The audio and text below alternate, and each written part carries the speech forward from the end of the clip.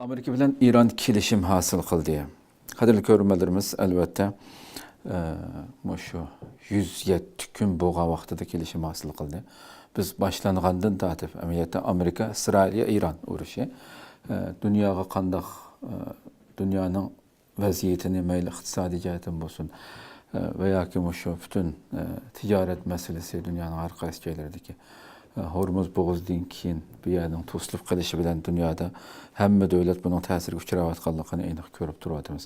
Xilma-xil suhbatlarni qildik, doktorlarmi, mutaxassisimiz bilanmi xilma-xil har tarafdan hem suhbat hem shu haftalik programmamizda to'xtaldik.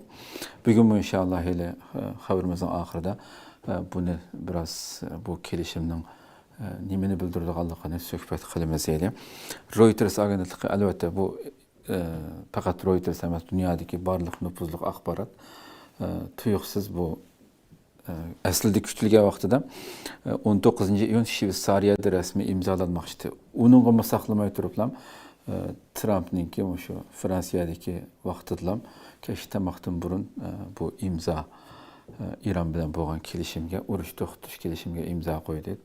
Trump Fransiyada, İranning prezidenti İran'da turib to'r orqali hammasi e'lon qilishdi hamda. Shunda bir tuyuqsiz dunyo nima bo'lmasa bir urushdan biroz o'sim degan bo'ldi. Arada 60 kunlik bir nima bor hamda.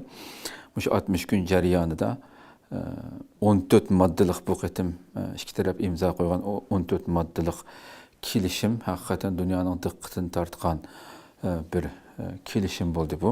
Mesela bir qanchasini tilga ilishga to'g'ri kelsa, eli suhbatda tafsiliy holatda deymiz. Barliq frontlardagi hozir bo'layotgan mayli Isroilning Livan qaratayotgan urushi bo'lsin va shu Amerika Isroiliya İran qaratayotgan navbatdagi urushning hammasi butunlay to'xtaydiganligiga bu birinchi modda tilga ilingan Livanning mustaqilligi ham kafolatga ega qilinishi kerakligi tilga ilingan. Ikkinchi, Amerika va İran bir-birining ichki ishlariga aralashmaydiganligi bu 14 moddaning ichida. Oxirgi kelishim 60 kun ichida tamomlanadiganligi tilga ilingan.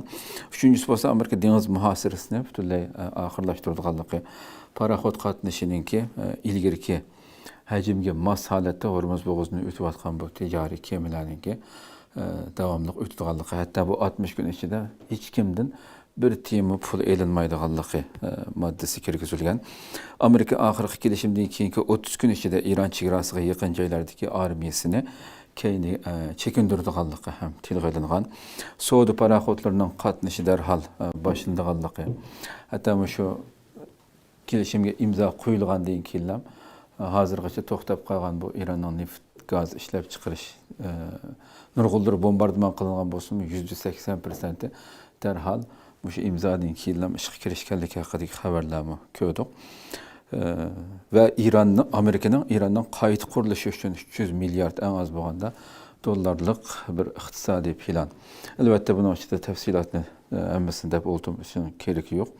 14 moddalik bu modda qarg'a vaqtida butunlay Amerikaning tamamen yengilganligidek bir ko'rinishni va nurg'un mutaxassislar bu urushda Amerika Isroilga yengildi, İran o'zining maqsadiga yetdi deyotdi.